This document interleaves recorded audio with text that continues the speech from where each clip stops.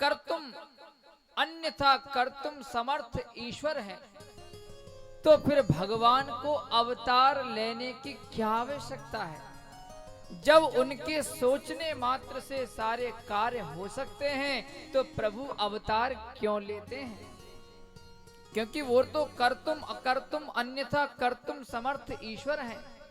उनकी इच्छा के बिना तो पत्ता भी नहीं हिलता है, तो फिर उन्हें अवतार लेने की क्या आवश्यकता है? अगर आप कहोगे कि दुष्टों को मारने के लिए मेरे गोविंद अवतार लेते हैं, कभी राम अवतार में कभी कृष्ण अवतार में, तो वो तो उनके संकल्प मात्र से दुष्ट मर सकते हैं। और महाराज हमारा एक प्रश्न ये भी है कि भगवान ने अभी तक अवतार लिए हैं तो कितने अवतार लिए? कोई कहता वामन अवतार, कोई 10 अवतार कहता है, कोई 24 अवतार कहता है, तो अवतार आखिरकार हैं कितने अवतार? प्रभु के वामन अवतार हैं कि 10 अवतार हैं कि 24 अवतार हैं? कितने अवतार हैं प्रभु के?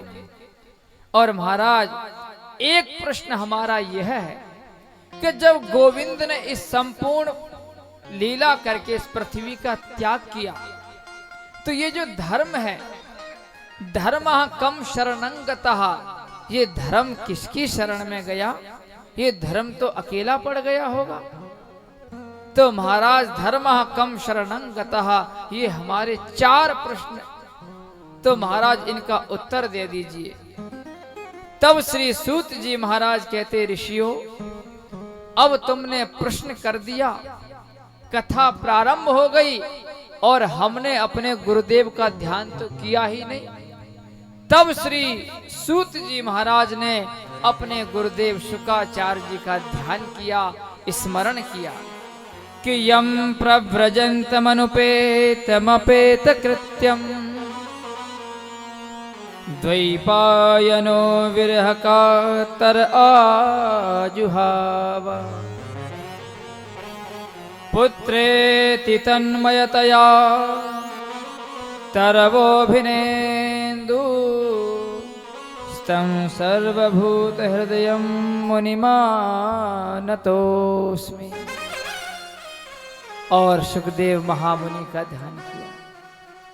जो जन्म लेते ही संन्यास गच्छन्तम यम प्रव्रजन्तम अनुपेतम अपेत कृत्यम, जिनका जन्म कैसे हुआ कि जन्म लेते ही संन्यास की ओर जा रहे हैं। विरहातुर श्री वेदव्यास जी महाराज, जिन्होंने इस भागवत का ग्रंथ को लिखा है, पुत्र पुत्र कहकर के पुत्रेति तरवो अभिनेन्दु, पुत्र पुत्र कहकर के बारंबार पुकार रहे हैं, लेकिन वृक्षों से प्रतिध्वनि वापस आ रही है। अर्थात वृक्ष कहना चाहते, बोले महाराज कौन किसका पुत्र है? आज ये सुखदेव आपका पुत्र है, कल आप इसके पुत्र हो सकते हैं। अर्थात वृक्ष भी कहना चाहते हैं, बोले महाराज हम वृक्ष होकर के अपना फल स्वयं नहीं खाते। नदियां कहना चाहते हैं, बोले महाराज हम अपना जल स्वयं नहीं पीते, दूसरे ही लोग पान करते हैं। तो ये आपका पुत्र सुखदेव संसार के लिए है, ये आपके लिए नहीं है, आपकी धरोहर नहीं है। अच्छा जी, सुखदेव जी हैं कौन? ये सुखदेव जी कोई साधारण व्यक्ति नहीं है।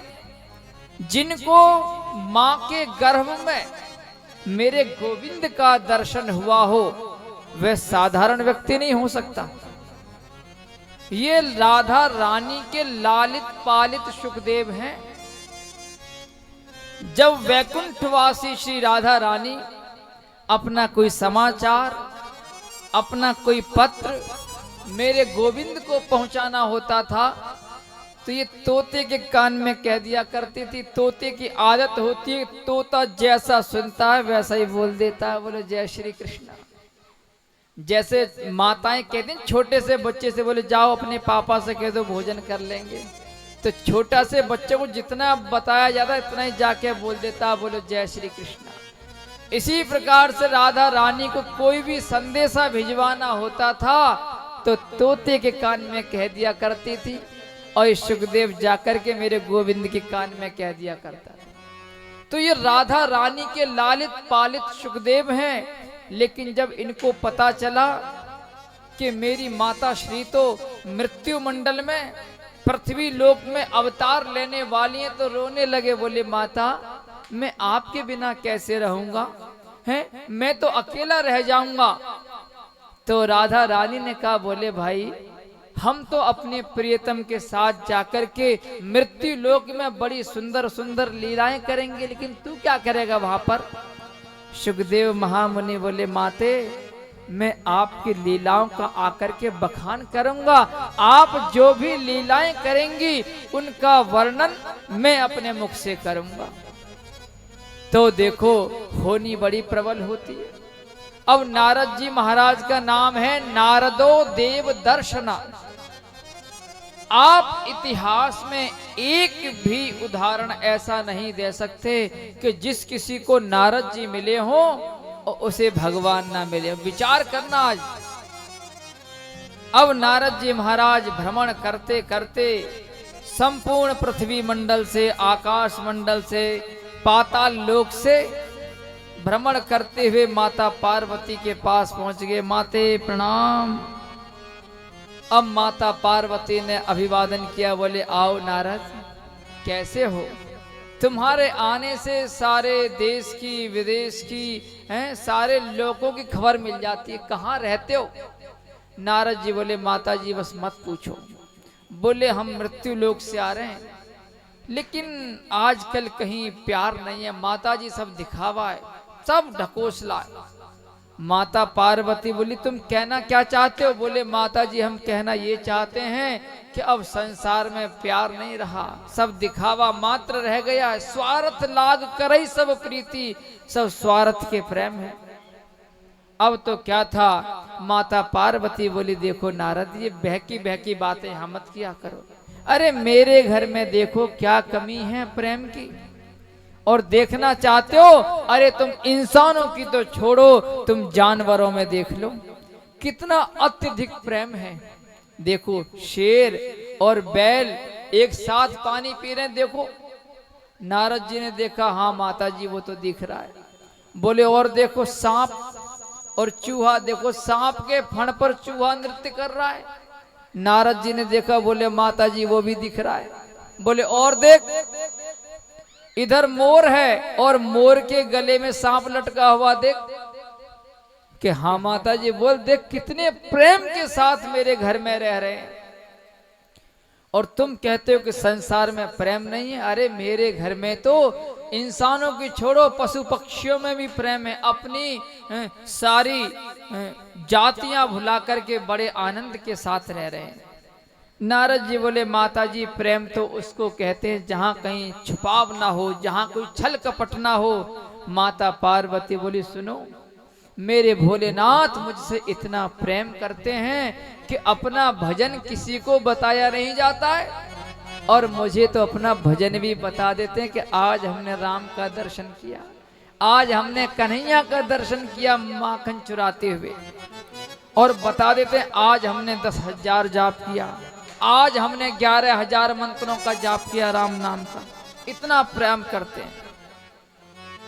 नारद जी बोले माता जी एक बात बताओ, ये भोलेनाथ ने जो नरमुंडों की जो माला है ये किसके शीश है। अब तो माता पार्वती ने ध्यान लगाया। माता पार्वती बोले महाराज ये तो मुझे नहीं मालूम, ये किसके शीश है। नारद जी बोले क्या कहा, दोबारा बोलो, आवाज नहीं आई। माता जी बोली मुझे नहीं मालूम किसके शीश है। नारद जी बोले प्रेम का खाक करते हैं, जिसको 24 घंटे माला को गले में लटका के रहते हैं, ये आपको पता ही नहीं चला शीश किसके हैं इतने सारे। अब तो माता जी ने सोचा ये ऊपर से भी कालियां हैं और अंदर से भी काले हैं। माता जी की श्वास चढ़नी शुरू हो गई, क्योंकि देखो माताएं थोड़ी कानों की कच्ची होती हैं तो अड़ोसन पड़ोसन बहुत झगड़ा करा जाती हैं सास के और बहू के बीच में। बोलो जय श्री कृष्णा। फिर सासू माँ पूछती हैं कौन आई थी घर में मेरे बाद में, मैं तो कथा सुनने गई थी, बाद में कौन आई थी सुन घर में। हैं। तो इसलिए इससे ये भी शिक्षा ले लेना चाहिए, कानों को कच्चा नहीं होना चाहिए माताओं को, हैं। अब माता जी आ गई नारद जी की बातों में। भगवान भोलेनाथ आए, बम बम करते हुए। नारद जी ने सोचा अपना काम हो लिया। नारद जी खिसक लिए, अच्छा माता जी चलता हूँ, भोलेनाथ की समाधि खुल चुकी है, अब विघ्न नहीं डालूंगा, आप सेवा करिए। माता पार्वती कह रही आ जान दो इनको, करूंगी सेवा। भगवान भोलेनाथ आए, बोले देवी क्या बात है, ये चेहरा इतना कैसे फूल रहा है, लाल लाल। बोले महाराज बात ना करो, तुम बात करने के लायक नहीं है। भगवान बोले रे देवी बात क्या है, बात तो बताओ। बोले महाराज तुम इतने बड़े कपटी हो, हैं। भगवान बोले रे देवी कपटी तो वह होता है जो कोई दुराव छुपाव करता है, अरे हम तो तुमसे निस्वार्थ भाव से प्रेम करते हैं। माता पार्वती बोली ये बताओ कि तुम्हारे गले में इतने सारे शीश किसके हैं।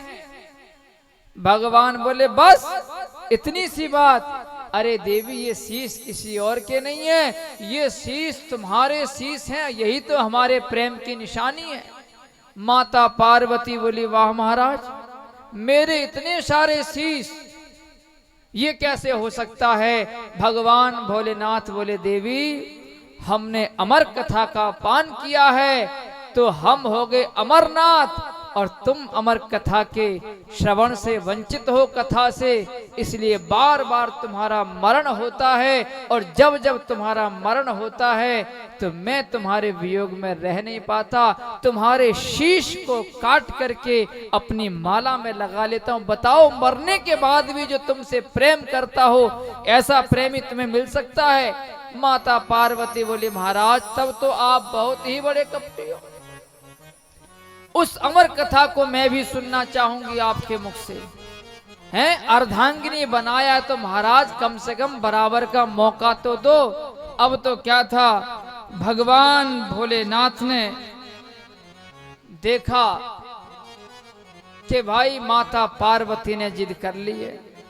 अब देखो जिद भी 3 प्रकार की हट होती है जीवन में। आप जानते हो 3 हट कौन कौन सी हैं। एक हट होती है राजहट, बोलो जय श्री कृष्णा। राजहट जानते हो कि राजा ने जो कह दिया वो आपको राजी राजी गैर राजी मानना पड़ेगा, आप उसमें कुछ नहीं कर सकते। दूसरी होती है बालहट, बच्चे ने जो जिद कर दी कि मुझे ये खिलौना चाहिए तो चाहिए, चाहे कुछ भी हो जाए, आपकी जेब में पैसे हो या नहीं हो। और तीसरी तो आप सभी जानती हैं, अभी मैं एक न्यूज़पेपर में पढ़ रहा था, 1 साल हो गया कि पति ने साड़ी नहीं दिलवाई तो पत्नी ने पति का मार मार के बुरा हाल कर दिया, हॉस्पिटल में भिजवा दिया। जिद। तो ये 3 प्रकार की हट होती हैं। भगवान भोलेनाथ ने कहा कि देवी पार्वती ने जिद कर ही ली है अमर कथा सुनने की, तो कथा तो सुनेंगी ये। भगवान भोलेनाथ ने कहा ठीक है देवी, लेकिन हमारी एक शर्त है। बोले क्या शर्त है। बोले महाराज, बोले देवी हम कथा तो कहेंगे, हम अपने नेत्र बंद करके कथा कहेंगे और तुम उस कथा का श्रवण करोगी। अगर किसी और ने कथा का श्रवण कर लिया तो वह भी अमरनाथ हो जाएगा, इसलिए देवी इतना ध्यान रखना कोई और कथा ना सुन पाए, और तुम्हें हंकार ध्वनि देनी पड़ेगी ओम ओम, ताकि हमें लगे कि तुम कथा सुन रही हो। माता पार्वती ने कहा ठीक है महाराज ऐसा ही होगा। भगवान भोलेनाथ ने डमरू का ननाद किया, डमरू बजाया, और जैसे डमरू बजा कि जितने भी जीव जंतु पक्षी पलायन थे सब के सब वहां से पलायन कर गए। एक भी जंगल में पशु पक्षी नहीं बचा। और जब सारे के सारे पक्षी वहां से उड़ गए, भगवान भोलेनाथ ने देवी पार्वती से कहा देवी जाओ एक बार भ्रमण करके आओ कि कोई जंतु बचा तो नहीं है। माता पार्वती गई देखने के लिए, गर्दन घुमा करके देखा, वृक्षों की ओर देखा, नीचे देखा, कोई भी नहीं था। एक फूटा सा अंडा पड़ा हुआ था। माता पार्वती ने सोचा इसने तो जन्म भी नहीं लिया, ये कथा क्या सुनेगा। और माता पार्वती ने कहा, बोले महाराज यहाँ अब कोई नहीं है, सारा जंगल सुनसान पड़ा हुआ है, अब आप कथा श्रवण कराइए अमरनाथ की। भगवान भोलेनाथ ने नेत्र बंद किए और अमर कथा शुरू कर दी। और भगवान भोलेनाथ माता पार्वती को कथा सुनाते जा रहे हैं और माता पार्वती ओम ओम ओम उच्चारण करती जा रही है। जब 10वां स्कंद पूरा हो गया, 11 स्कंद में जब ज्ञान की भारी विवेचना आई, विश्व रूप का वर्णन किया, मेरे कन्हैया के स्वरूप का, गीता का उपदेश किया, तो माता पार्वती को नींद आनी शुरू हो गई। अब जब नींद आनी शुरू हो गई, अब उस कथा के माध्यम से उस तोते में प्राणों का संचार हो चुका था। तोता राम जी हो गए चालू, भगवान भोलेनाथ कथा सुनाते रहे और तोता बोले ओ ओ ओ। जब पूरे 12 स्कंद पूरे हो गए कथा के, भगवान भोलेनाथ ने जयकार लगाया, बोले बाल कृष्ण लाल की। माता पार्वती की नींद खुली और माता पार्वती ने हाथ जोड़े, बोले महाराज फिर क्या हुआ? भगवान बोले देवी फिर क्या हुआ, कथा तो पूरी हो गई, तुम कहां थी? तुमने ये प्रश्न क्यों किया? ऐसा ये बेतुका प्रश्न अचानक, तुम कथा में नहीं थी, तुम्हारा ध्यान कहां था? माता पार्वती बोली महाराज मैं तो सो गई थी, मुझे तो नींद आ गई थी। भगवान भोलेनाथ ने कहा देवी अगर तुम्हें निद्रा आ गई थी तो कथा फिर किसने श्रवण करी? माता पार्वती कहती है महाराज मुझे नहीं मालूम। भगवान भोलेनाथ ने अपने नेत्र घुमा करके देखा, लगता कोई तीसरा भी कोई व्यक्ति है हमारे अलावा। देखा तो तोते पर दृष्टि पड़ गई और भगवान शिव ने अपना पाशुपत अस्त्र लिया और उस तोते के पीछे भाग निकले।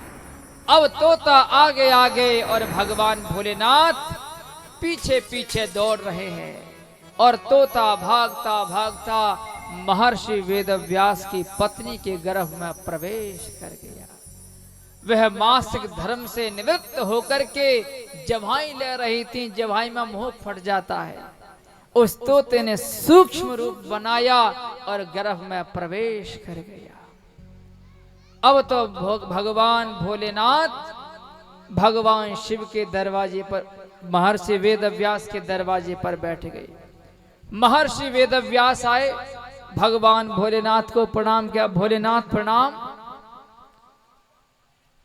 अब तो क्या था, भोलेनाथ ने कहा महर्षि तुम्हारे घर में एक चोर घुसा हुआ है, उस चोर को बाहर निकालो। महर्षि वेदव्यास ने कहा बोले महाराज तुम्हारे पास है क्या जो कुछ चुराएगा? प्रेता वासेषु घोरेषु, हमेशा भूत प्रेतों में आप रहते हो, सोना चांदी कुछ है नहीं, कांतर बिच्छू के श्रृंगार करते हो, क्या चुरा लिया चोर ने? भगवान भोलेनाथ बोले महर्षि उसने अमर कथा की चोरी करी है, उसको जल्दी निकालो, उसे मृत्यु दंड देना है। महर्षि वेदव्यास कहने लगे बोले महाराज क्या कहा? उसने अमर कथा का श्रवण कर लिया है? बोले हाँ। तो बोले महाराज जब उस तोते ने अमर कथा श्रवण कर ही ली है तो वह तो अमर हो गया, तो वह मर कैसे सकता है? और अगर आपने उसे मार दिया तो फिर अमर कथा का महत्व क्या रह जाएगा? भगवान भोलेनाथ ने विचार किया बात तो सही है, जब अमर कथा सुन ही ली है तो मरने वाला तो है नहीं, और मार दिया तो महत्व खत्म हो जाएगा। क्षणै रुष्टा क्षणै तुष्टा, रुष्टा तुष्टा क्षणै क्षणै। और भगवान भोलेनाथ अपने क्रोध को त्याग करके अपने स्थान पर आकर के विराजमान हो गए। और इस प्रकार से कई वर्ष बीत गए। 12 वर्षों के बाद जब कोई जन्म नहीं हुआ तो माता वितिका ने महर्षि वेदव्यास से प्रार्थना करी, बोले महाराज ये पुत्र जन्म क्यों नहीं लेता? आप बोलिए ना जरा, बाहर निकलेगा, मुझे कष्ट होता है। महर्षि वेदव्यास ने कहा पुत्र तुम अपने माँ के गर्भ से बाहर निकलो, तुम्हारी माता श्री को कष्ट हो रहा है। सुखदेव जी कहते नहीं पिताजी, मैं बाहर नहीं निकलूंगा, अगर बाहर निकलूंगा तो मुझे विष्णु की माया पकड़ लेगी। अभी मैं निर्मल हूं, गर्भ में मैं ठीक हूं, अच्छा भजन चल रहा है। अब तो क्या था, सुखदेव महामुनि गर्भ से कहते हे पिताजी, जब तक बूंद आकाश में रहती है वह निर्मल और शुद्ध रहती है। भूमि परत भा ढाबर पानी और जिम जी वही माया लपटानी। जब तक जीव माँ के गर्भ में है वह निर्मल है, कोई दिक्कत नहीं है। और जहाँ जन्म लेता है कि माया जकड़ लेती है, किसी का पोता बन जाता। बाबा जी कहते भैया मेरा पोता मेरे अंगोछे में देना इसको, हैं बुआ आती है, नहीं सबसे पहले तो मैं ही खिलाऊंगी अपनी गोदी में। बोलो जय श्री कृष्ण। अम्मा कहती है अरे मेरा पोता, नानी अपने आप को आती है, नाना आ जाते हैं, तमाम रिश्तेदार आ जाते हैं, माया जकड़ लेती है। बोले हम नहीं आएंगे गर्भ से बाहर।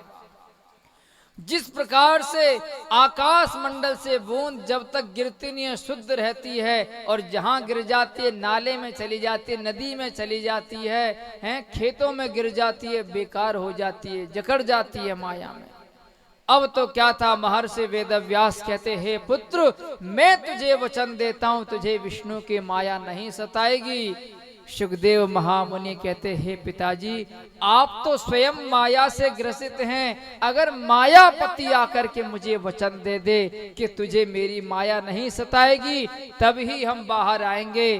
तो कहते हैं मेरे गोविंद स्वयं दर्शन देने के लिए आए और कहा पुत्र तुम इस गर्भ से बाहर निकलो, मैं तुम्हें वचन देता हूं कि तुम्हें मेरी माया नहीं सताएगी।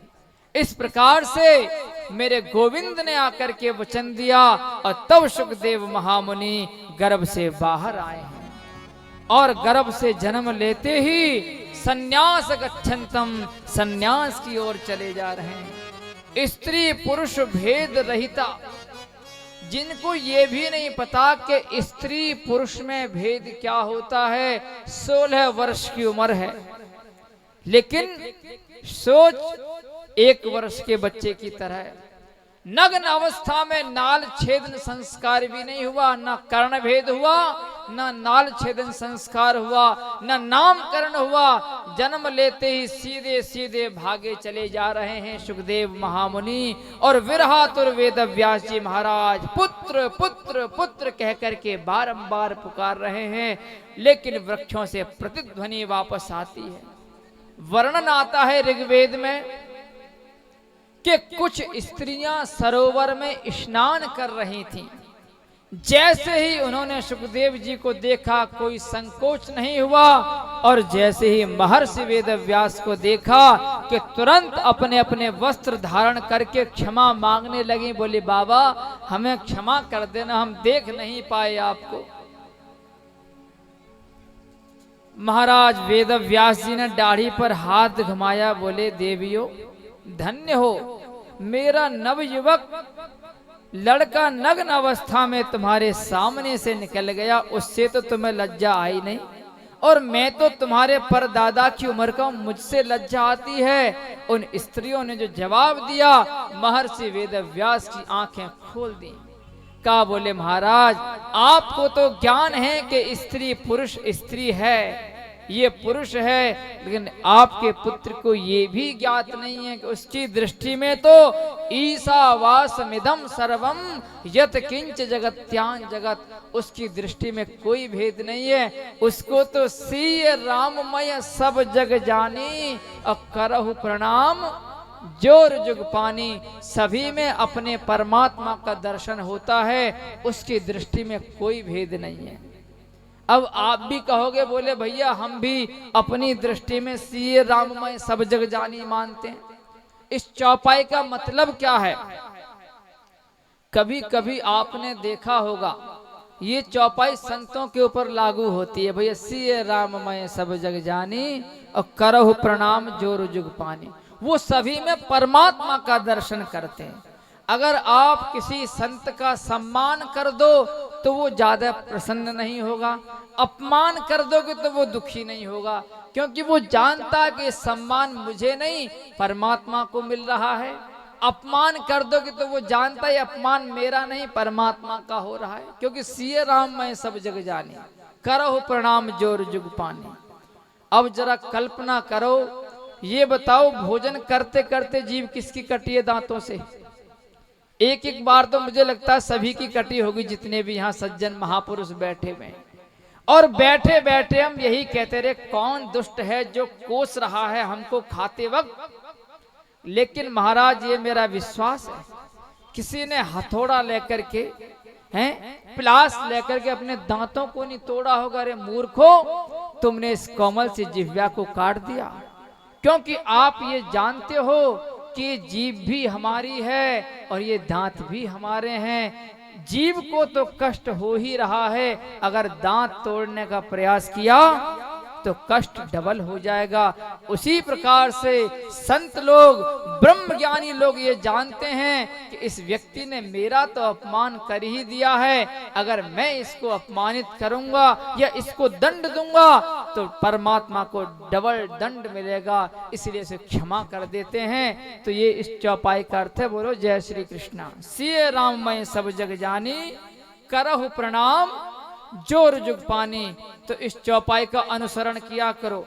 अगर कोई अपमान कर दिया करे तो जिस प्रकार से आप अपने दांतों के द्वारा कटी हुई जिह्वा से क्षमा करा देते हैं दांतों को, इसी प्रकार से आप दूसरों को क्षमा कर दिया करें। इन कथाओं के माध्यम से, इन चौपाइयों के माध्यम से यही शिक्षा मिलती है सीखने को। सरल भाषा में बोलो जय श्री कृष्णा।